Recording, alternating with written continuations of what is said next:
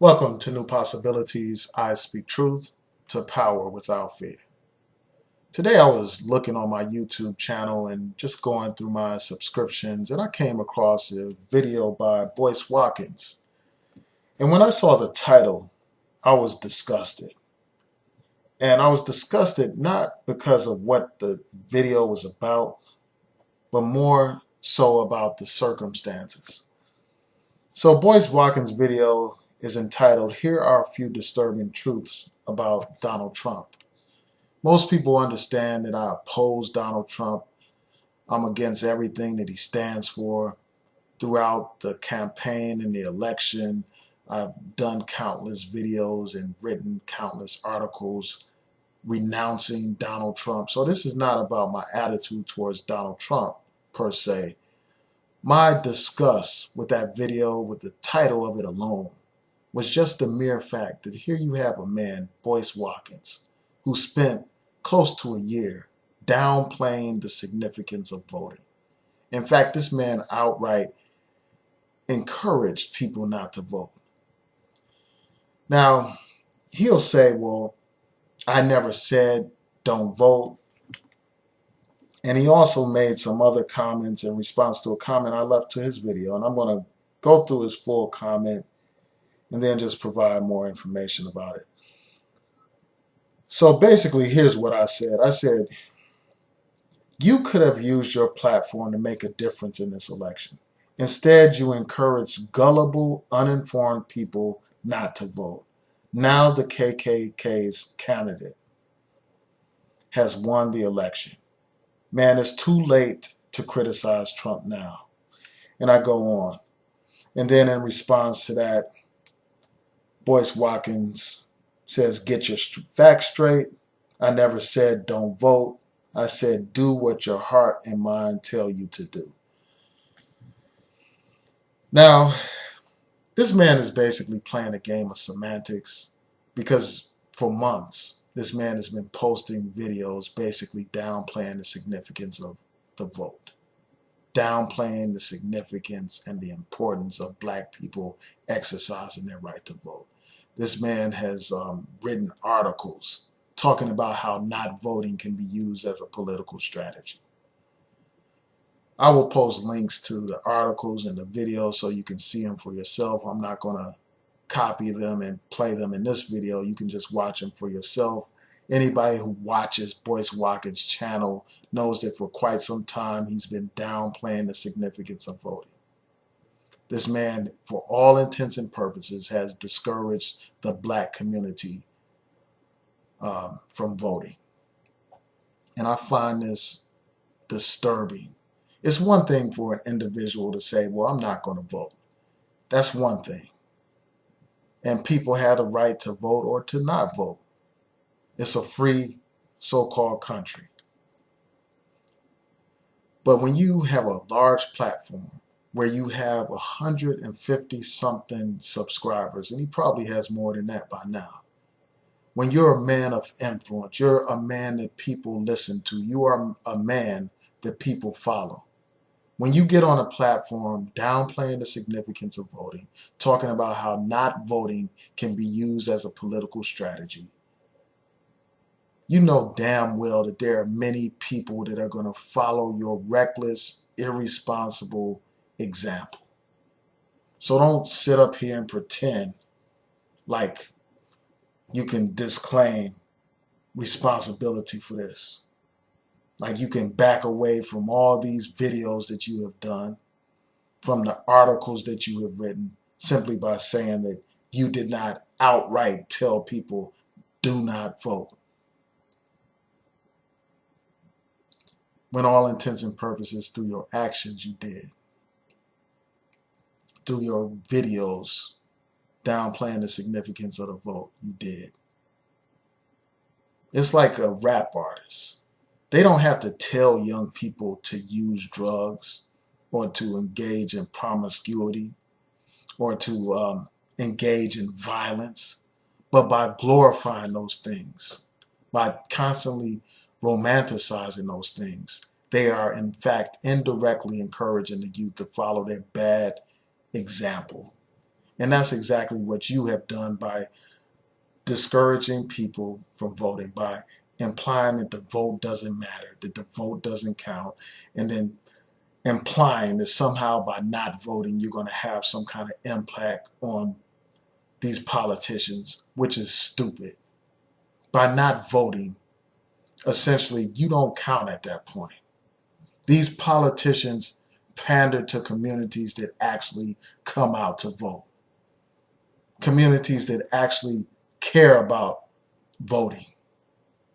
That's why they go to places like churches, because they know that large congregations tend to exercise their right to vote. That's why they go out to all these conventions held by political groups, because they know that those groups mobilize their members to vote. It's just ridiculous to suggest that somehow you're going to influence the system by sitting out, by not playing a role. So I just think that it's irresponsible and reckless, and I think that it's a shame that after discouraging all these people from voting, now all of a sudden you're concerned about disturbing facts dealing with Donald Trump.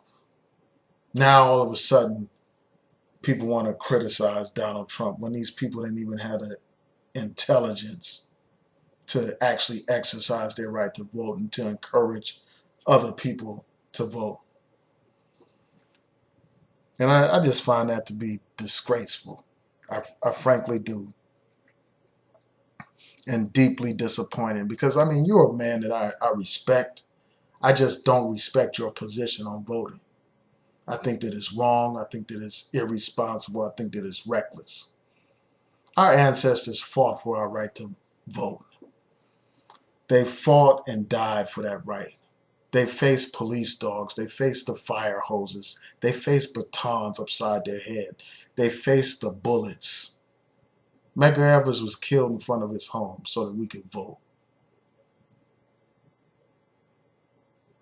Civil rights workers like John Lewis were beaten by these police so that we could vote.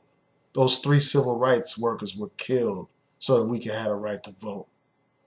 And yet you're going to squander that opportunity to vote and encourage essentially other people not to vote.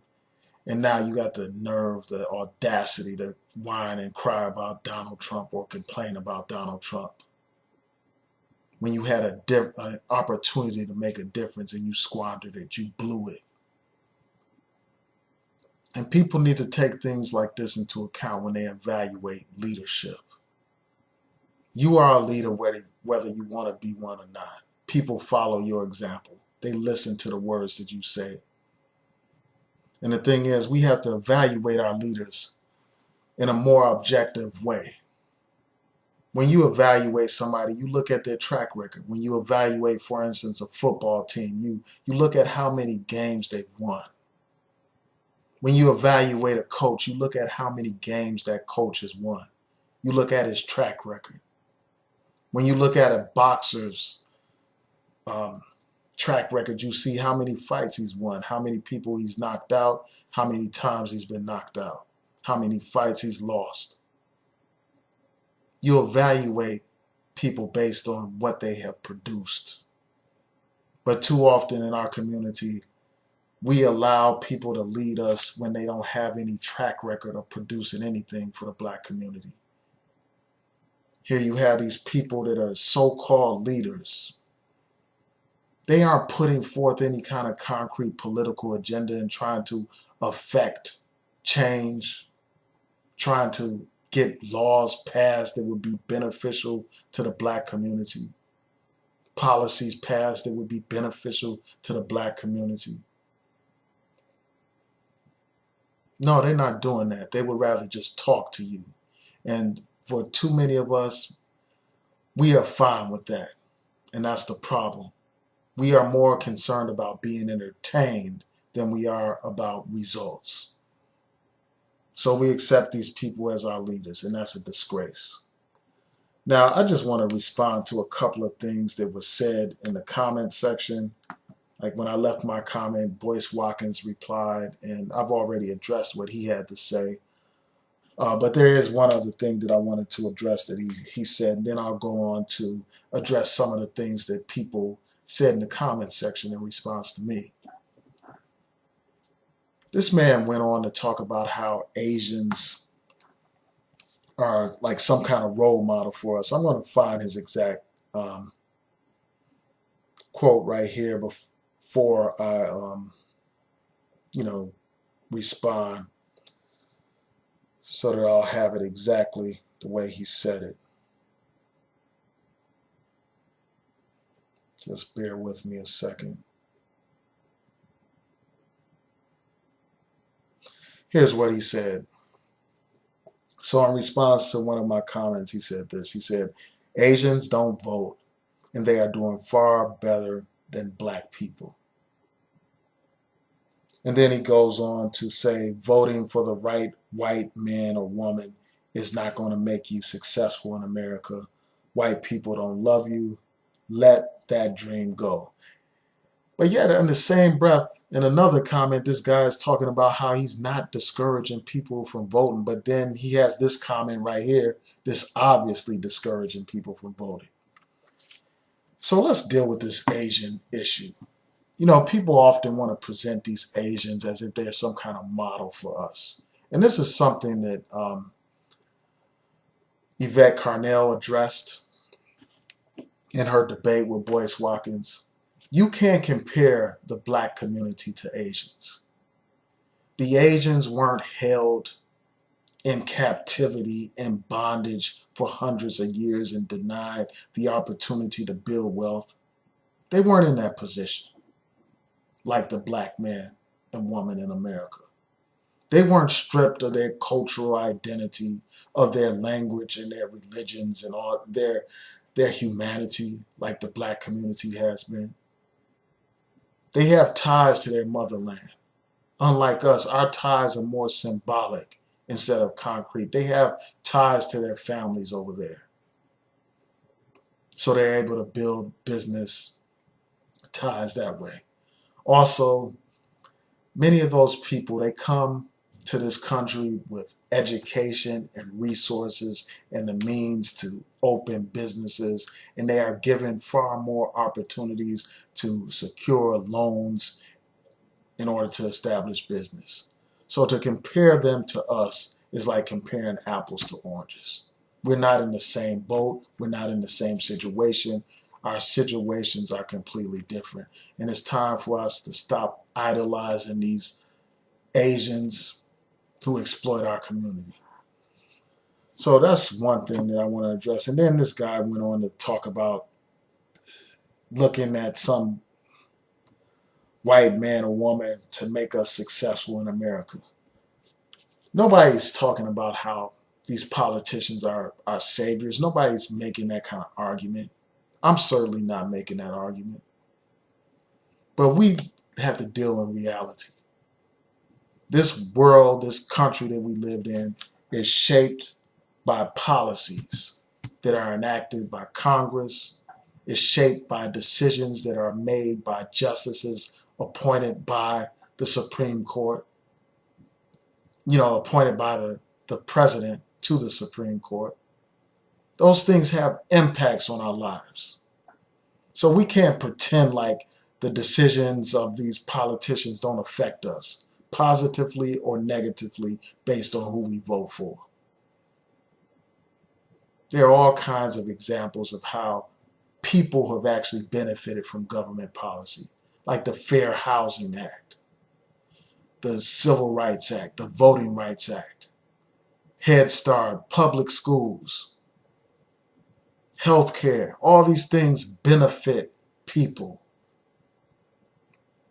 But yet, a person like him wants to criticize African Americans for demanding that the government serves the interests of the people. To me, that's silly. We pay taxes just like anybody else. We have fought in every single one of America's wars. America's culture has been defined by what we have done. Our blood, sweat, and tears are in this country. And we have just as much right as any other citizen to demand that the government serve our interests. That's not looking at the white man as a savior. That's just doing what is a responsible and intelligent person would do under the circumstances. Try to affect some kind of change to policy to improve the lives of the people. So those are my responses to Boyce Watkins. Again, his game of semantics is ridiculous. All you have to do is look on his channel or just do a search on YouTube under Boyce Watkins and voting, and you'll see all these videos where this man is discouraging people from voting, essentially. If you Google Boyce Watkins and voting, you will see his article talking about how not voting is a political strategy, when that's really stupid. If you sit out an election, you don't have any influence. And people do not pander to citizens who don't exercise their right to vote. So that's all I have to say about Boyce Watkins' comment. But with respect to some of the other people that left comments in response to me, I'm going to provide some of that information now. So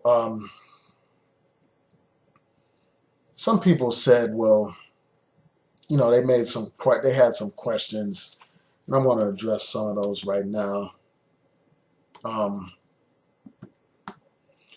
One person basically said, when has voting helped black people? When I hear stuff like that, all I can do is shake my head, because it's so asinine and it's so ridiculous for somebody to ask a question like that. These people pretend like there has been no progress in the black community. These people want to pretend like we are still living in slavery times, like we are still on a plantation being whipped and beaten, when we're far from that. We have progress in our community in part because we had a right to vote. We've had the power to elect politicians to make decisions that are beneficial to us. When we did not have the right to vote, we were subjected to Jim Crow because we didn't have any power to determine what kind of laws were enacted and all that kind of stuff. So they can make us into second-class citizens. But with the power to vote, we were able to get rid of Jim Crow. We were able to get politicians in office to enact laws that benefit us, laws like the Voting Rights Act, the Civil Rights Act, and other laws. And those laws, not only was it done through voting, it was through organization, through agitation, through protests. That's how we were able to make those kind of changes. We're not in the same plight that we were in when we were in slavery or when we were in Jim Crow. And anybody who tells you that we are these are people who are disrespecting the ancestors who actually went through that kind of suffering. Today we have more opportunities than we have ever had. And obviously there's much progress that needs to be made, but let's not pretend. Let's not exaggerate. The fact of the matter is we have a much larger middle class than we've ever had. We have more elected officials than ever. We're in a far better position. We have far more rights than we had during Jim Crow and all that kind of stuff. So let's not pretend like there hasn't been any progress. And that progress was done in part due to policies, government policies, enacted by elected officials. So anything else, anything contrary to that is nonsense, and it's not factual. It's all rhetoric. And I often hear people say, as an example, they talk about how voting doesn't give black people anything. And they say, well, look at Obama. We had a black president for 8 years, and he did nothing for black people. That's what they say. Now, as I said before in other videos, I can understand somebody being disappointed, saying, well, Obama didn't do enough for black people. He could have done much more for black people. I get that. But don't get up here and lie and say that the man did nothing. Don't get up here and misrepresent the facts and pretend like this man contributed nothing to the black community. When this man, Barack Obama, passed the Fair Sentencing Act that reduced disparities in sentencing, such an act has a direct impact on black people who were unfairly sentenced under the prior laws that had a huge disparity between crack and powder cocaine. Don't tell me this man hasn't done anything for the black community when he defended affirmative action when it was under assault. Don't tell me that this man hasn't done anything for people and for black people in particular when he helped pass the Affordable Care Act that made it possible for people with pre-existing conditions to get health care, when it insured people who were not insured, who did not have any health insurance. Don't tell me that this man hasn't done anything for black people. When this man's Justice Department investigated police departments and reached settlement agreements in places like Baltimore and Ferguson to try to eliminate discriminatory practices. Don't tell me that this man has done nothing for black people. When this man has passed